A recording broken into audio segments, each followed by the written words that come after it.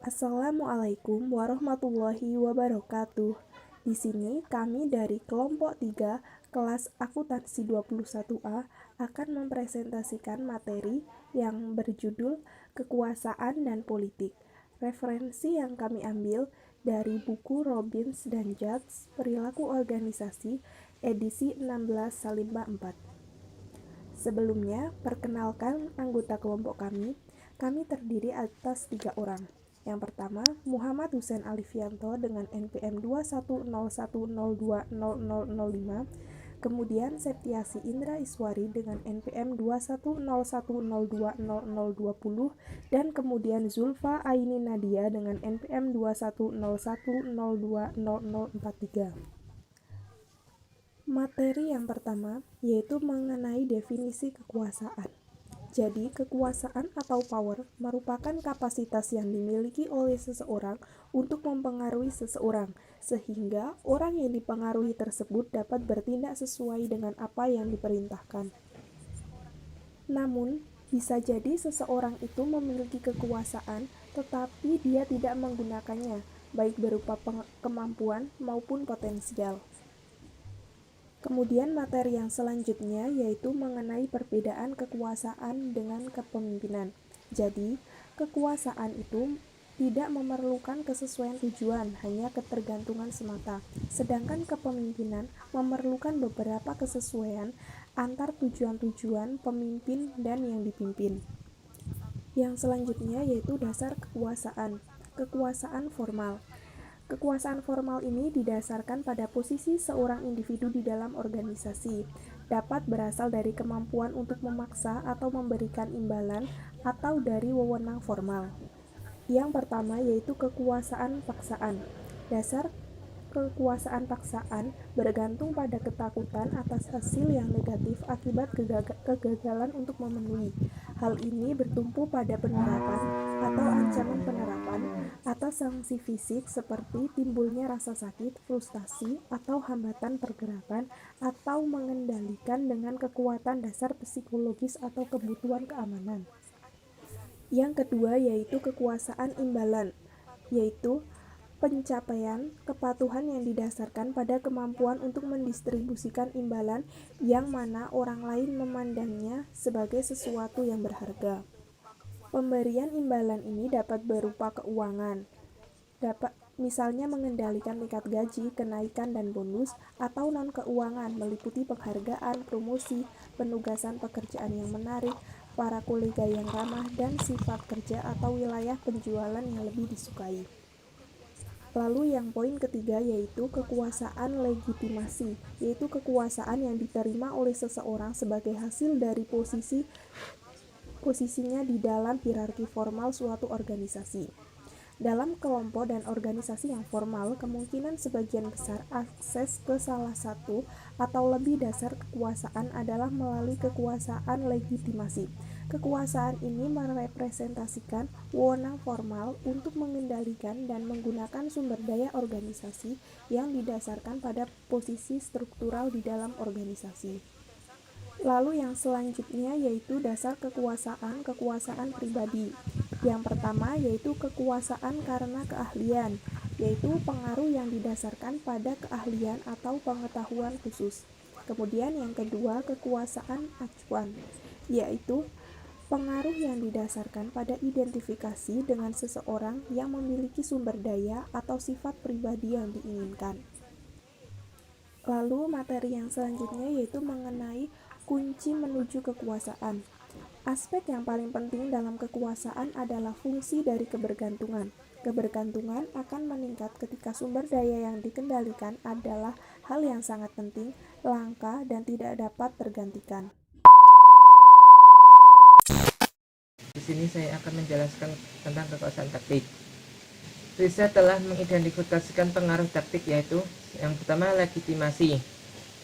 Bersandar pada posisi wewenang Anda atau menyampaikan permintaan yang sesuai dengan kebijakan atau aturan organisasi. Yang kedua tentang rujukan yang rasional. Menyajikan argumen-argumen yang logis dan bukti-bukti nyata untuk memperlihatkan bahwa sebuah permintaan tersebut wajar. Yang ketiga, daya tarik yang menjadi sumber inspirasi, mengembangkan komitmen secara emosional yang menarik bagi sasaran nilai-nilai, kebutuhan, pengharapan, dan aspirasi. Yang keempat, konsultasi. Meningkatkan dukungan kepada sasaran dengan melibatkannya dalam memutuskan bagaimana Anda akan mewujudkan rencana Anda. Yang kelima, pertukaran. Memberikan imbalan kepada target dengan manfaat atau keuntungan sebagai pertukaran karena telah mengikuti permintaan. Yang keenam, daya tarik pribadi. Meminta kepatuhan yang didasarkan pada persahabatan atau kesetiaan. Yang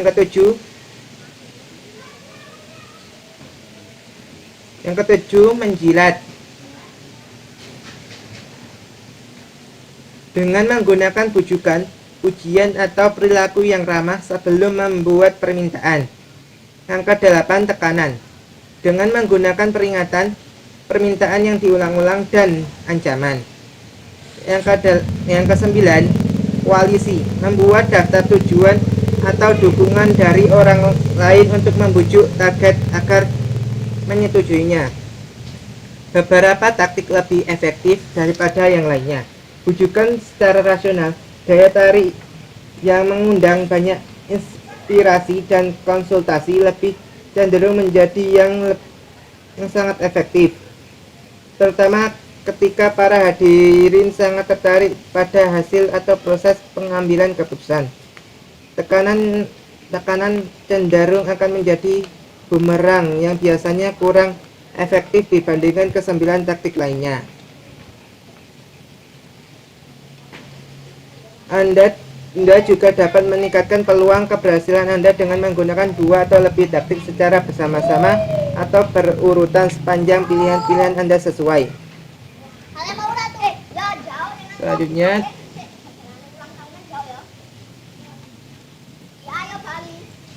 bagaimana kekuasaan dapat berpengaruh?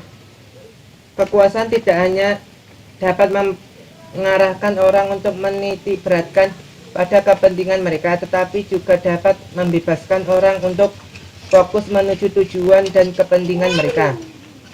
Kekuasaan juga dapat mempengaruhi individu untuk merealisasikan orang lain, untuk menilai hubungan dengan orang-orang yang memiliki lebih sedikit kekuasaan, dan untuk melihat hubungan sebagai periferal.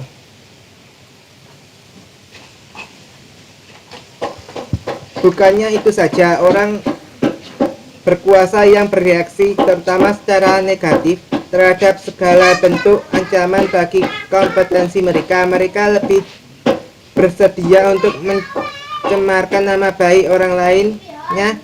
Orang-orang dengan kekuasaan tersebut lebih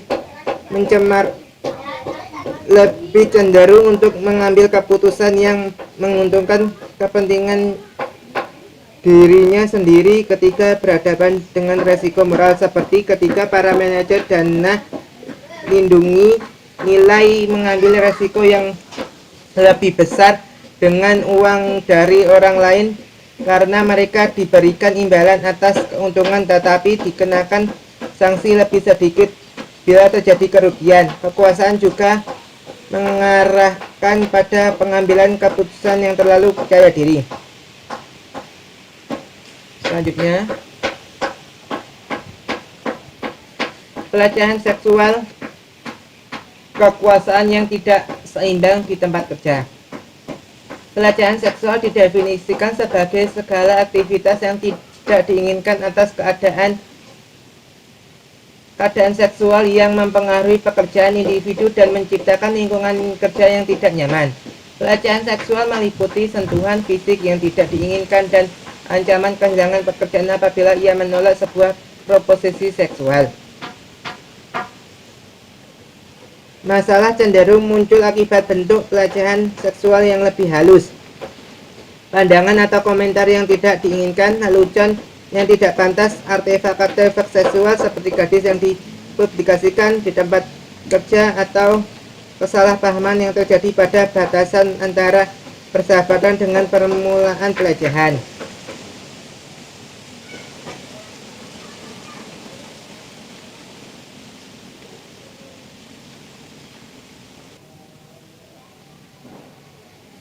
Salah satu permasalahan dari pelaporan ini adalah bahwa pelecehan seksual sampai tingkat tertentu bergantung dari orang yang mengalaminya. Para saksi yang memberikan kesaksian perihal pelecehan seksual juga mendapati bahwa para korban yang bersuara secara agresif atau pasif dalam membuat keluhan-keluhan mereka terlihat kurang masuk akal daripada para korban yang mengambil suara yang lebih netral. Riset menunjukkan bahwa orang-orang tidak akan dapat objektif secara keseluruhan ketika mendengarkan keluhan mengenai pelecehan seksual. Memperhatikan nada suara dari korban untuk diperhitungkan ketika membuat penilaian, dan bukannya sekedar bersandar pada kenyataan atas kasus dari bukti-bukti yang telah dimiliki. Next.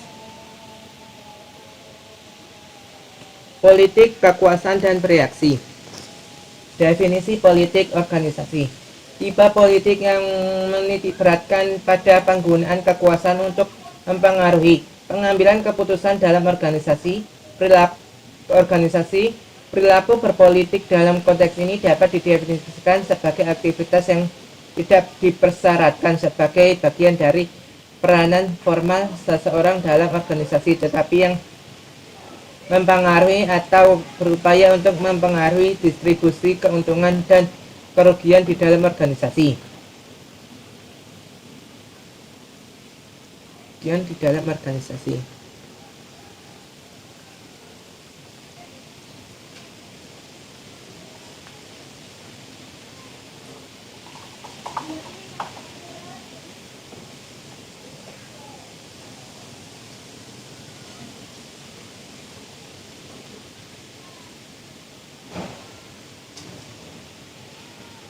Perilaku berpolitik dalam organisasi terdiri atas aktivitas-aktivitas yang tidak dipersyaratkan sebagai bagian dari. Definisi ini mencakup apa yang sebagian besar orang maksudkan ketika mereka berbicara mengenai politik organisasi. Perilaku berpolitik berada di luar persyaratan pekerjaan yang dispesifikan. Ini memerlukan beberapa upaya untuk memanfaatkan basis kekuasaan, meliputi upaya untuk mempengaruhi tujuan, kriteria, atau proses yang digunakan dalam pengambilan keputusan.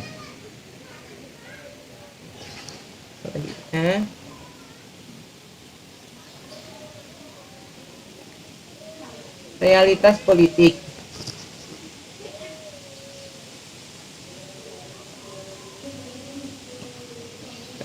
politik. Sebagian besar manajer meyakini bahwa perilaku berpolitik merupakan bagian utama dari keberlangsungan organisasi. Perilaku berpolitik bersifat etis dan diperlukan selama tidak membahayakan orang lain. Secara langsung, hampir dikatakan mustahil bagi sebuah organisasi untuk terbebas dari politik karena organisasi terdiri atas beragam individu dan kelompok dengan nilai, tujuan, dan kepentingan yang berbeda-beda. Perbedaan ini menjadi potensi konflik atas alokasi dari sumber daya yang terbatas, anggaran, ruang pembagian tanggung jawab, penyesuaian gaji.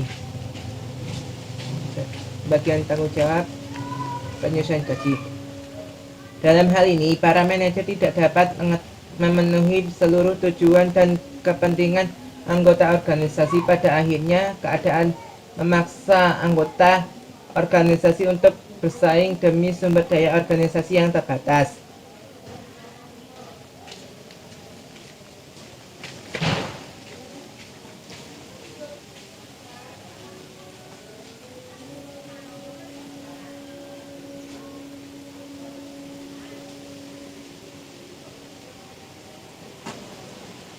Mungkin faktor-faktor yang paling penting yang mengarah pada politik di dalam organisasi adalah realisasi bahwa sebagian besar dari kenyataan digunakan untuk mengalokasikan sumber daya yang terbatas, terbuka untuk untuk diinterpretasikan.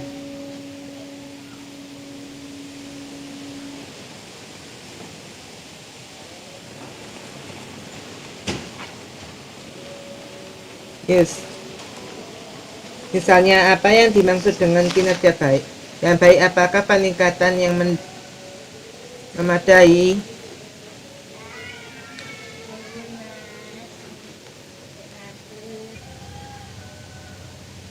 Terakhir, karena keputusan yang paling penting harus diambil dalam keadaan yang tidak pasti, di mana kenyataan sangat jarang objektif sepenuhnya dan oleh karenanya terbuka untuk diinterpretasikan. Orang-orang di dalam organisasi akan menggunakan setiap pengaruh yang mereka mampu untuk mencemari kenyataan demi mendukung tujuan dan kepentingan mereka. Hal ini tentu saja menciptakan aktivitas yang kita sebut dengan bermain politik.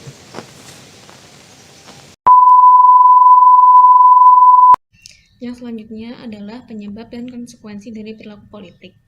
Faktor-faktor yang memengaruhi perilaku politik dapat berasal dari individu sendiri dan dari organisasi yang menaungi individu tersebut. Yang pertama, untuk faktor-faktor yang berasal dari individu antara lain tingkat pengawasan diri yang tinggi, kendali internal, keinginan untuk memanipulasi dan keinginan untuk berkuasa, investasi pada organisasi, alternatif pilihan yang dipandang, dan ekspektasi terhadap kesuksesan.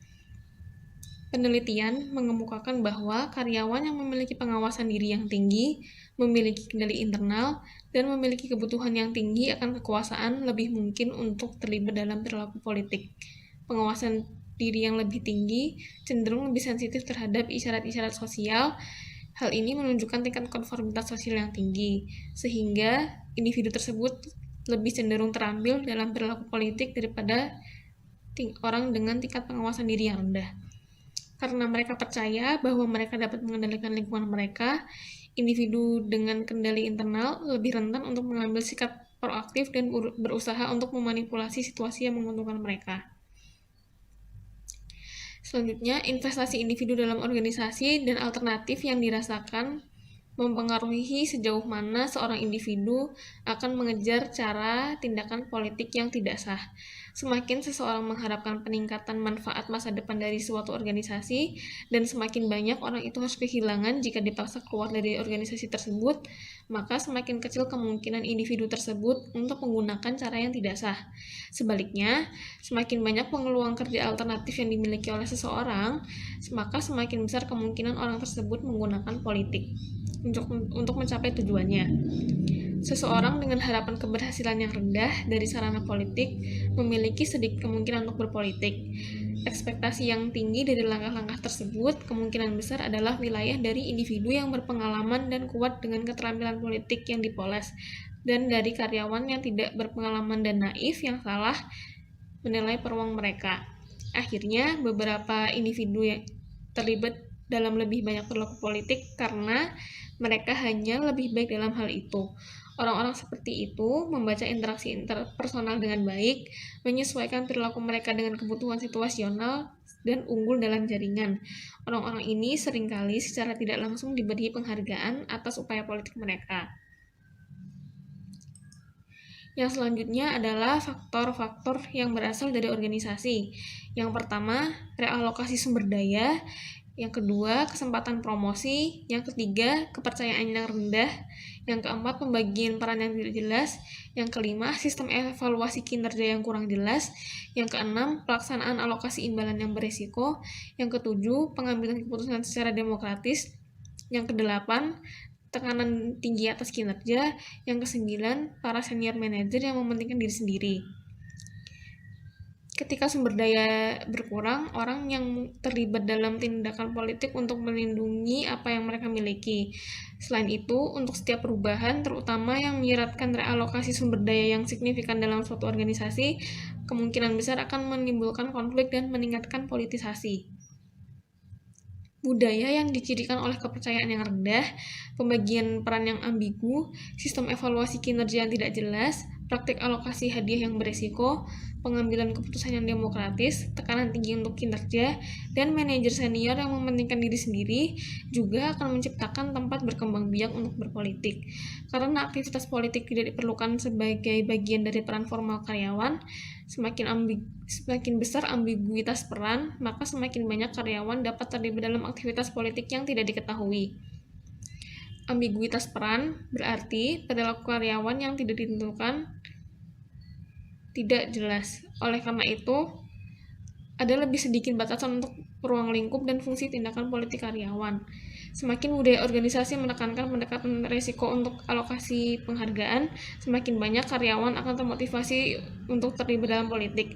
Pendekatan berisiko memperlakukan penghargaan sebagai tetap, sehingga setiap keuntungan yang dicapai satu orang atau kelompok datang dengan mengorbankan orang atau kelompok lain.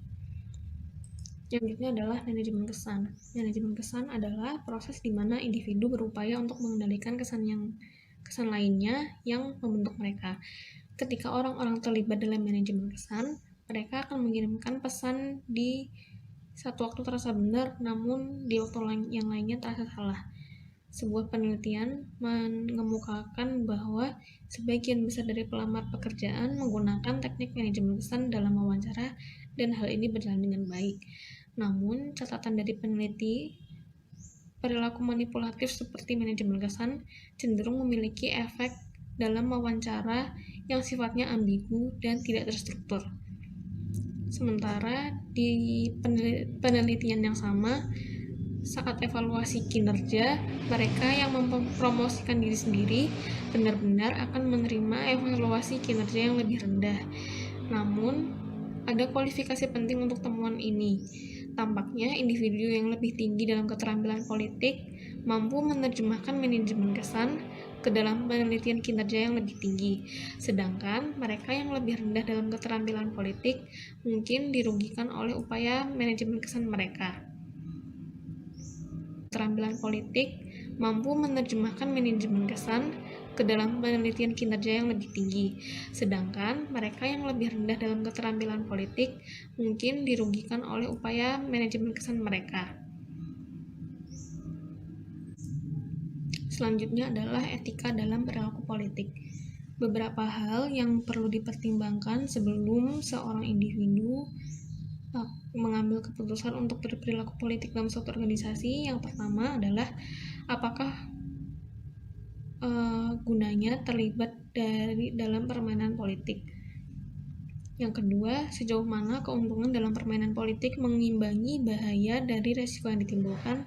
Yang ketiga, apakah aktivitas berpolitik sesuai dengan standar kesetaraan dan keadilan.